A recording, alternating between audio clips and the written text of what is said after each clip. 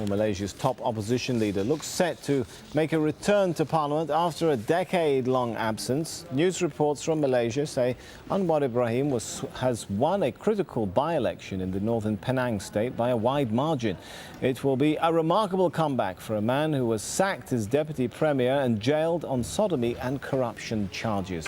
Well, joining me now from the Malaysian capital is Tricia Yeo. She's the director of the Centre for Public Policy Studies. Thanks for joining us. Does it look like he is indeed being restored as a formidable opposition leader from the early reports that are coming in? Well, as you say, the unofficial results that have just come in show Anwar winning by a majority of about 17,000 votes. That's 4,000 votes more than the 13,000 vote that his wife vacated for him in the same constituency of Permatang Pao. It shows that there are people who are supporting him. And I did a very rough calculation. Even if we take a very conservative figure of, say, the maximum number of Chinese and Indians voting for Anwar because he's been supporting a multiracial approach, that would actually come up to about 76% of the Malays voting for Anwar, which is actually a very high estimate.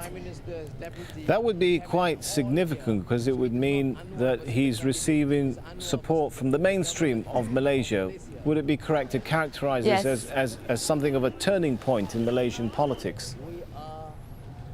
It is a turning point. I think Anwar has been waiting for this moment for a long time, and his entrance into Parliament would provide a psychological boost for the opposition that up until March was severely weakened, but from March until now, Anwar's leadership is going to bring the opposition into bigger and stronger heights, and certainly strengthen his step up into wanting to take a bid for power over the next few months, which in fact he has already been saying. He's given himself a deadline of September 16th to actually take over government, and I think we will probably need to wait and see what happens over the next few weeks to see if that actually happens. Patricia, why are people turning to him despite all the allegations, the charges levelled against him?